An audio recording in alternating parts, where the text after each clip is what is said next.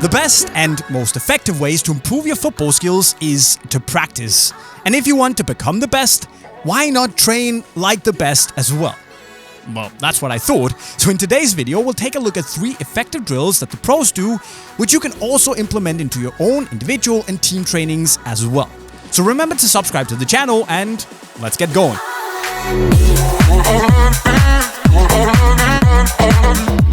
El Rondo. The first training drill is El Rondo. It's one of those football drills that are known around the world, and with good reason. In this drill, you practice pressing, defending, passing, touch, and awareness, all while having fun, making it a great way to warm up while improving many different areas of your game. Now, El Rondo is a pretty simple game. You often have 2 or 3 players in the middle chasing the ball, depending on the amount of players and the size of the circle, of course. Now, then the rest of the players form a circle around them, trying to move the ball around with little passes and get as many passes as possible without the middle players touching the ball. Now, whenever a player from the middle touches the ball, you switch with the teammate who last touched the ball, basically who lost the ball. If you get 15 passes or more, the players in the middle have to stay for one more round, which sucks, and you usually only have 1 to 2 touches. Now, if this gets too difficult, you can modify the rules, but this is more or less how most pro teams do it. El Rondo is a game that requires a few teammates, therefore a lot of people do this at team practices, most often as a warm-up. Now, this drill is not that intense and can often be pretty fun, so it's a good way to start your practice, get the mood and the feet going. And did I mention the nutmeg rule? Well, this is why El Rondo might be one of the most fun drills to warm up with. Hey, don't show this, eh? Whenever you nutmeg an opponent clean, meaning that the opponent doesn't touch the ball and is received by a teammate, they have to stay in the middle for one more round. So not only do you get to humiliate your teammate like Juan Mata completely destroying Raul Albiol, but they also have to go for another round. So a great drill to sharpen your skills and have fun at the same time. Then there's training one-on-ones, which is actually also something that many pro teams do. Because training this can be good for every position on your pitch, as you practice both your attacking and your defensive skills. You can do this very casually as a warm-up to get your touch and explosiveness warmed up, but you can also use the one-on-ones at the end of your practice to get a really high-intensity drill. The one-on-one drill can be used in many different ways and with some variation. Like here with the English under-21s, add some players around the pitch to act as a rebound to give the attacking player an advantage. You can also experiment with some 2-on-2s or 3-on-3s. This is a good way to create a lot of pretty realistic attacking situations and isolate that part of the game.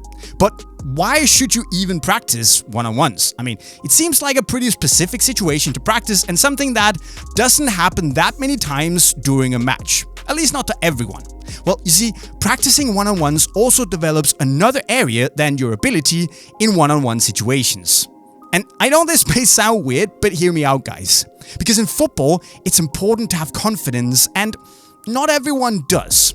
Therefore, you need to practice taking the initiative, which will help in turn boost your confidence.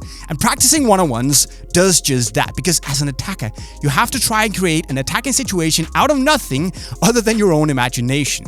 In other words, it's a great way to force yourself to leave that safe comfort zone and actually start taking people on. And it might not work in the beginning, but keep grinding, and eventually, you'll be taking players on left, right, and center because you're confident in yourself and your own abilities, and ultimately, you're okay failing. Because if you do, you're just gonna try again. That's confidence, my friends. The final drills that all pros do is shooting. With different variations, of course. Now, at the highest level, chances don't come that often, so you have to be clinical when you finally get them. And the only way to do that is to practice so many times that you can basically finish a chance in your sleep. Now, you can practice shooting in many different ways, but it's often a good idea to add more to shooting drills than just firing away shots from the same place. If you look at the English national team, they like to do this drill where you first need to take a good touch and finish, and after that, you need to round the defender and finish again, only this time on your first touch. If you have another teammate, you can do a variation to this drill where you add a small pass like we see here. Now, other than just shooting, you can practice tap-ins and headers from crosses, maybe practice penalties, or maybe you want to practice your free kicks. It's up to you and what you want to improve. Now, all of these different drills help you towards becoming more clinical when you get the chance. And at the end of the day, football is about scoring more goals than the opponent. So, why are you still here? Go lace up those boots and get out there shooting. However, if you want the outro before you go, well, here it is. 3 drills that the pros do which can also improve your own game.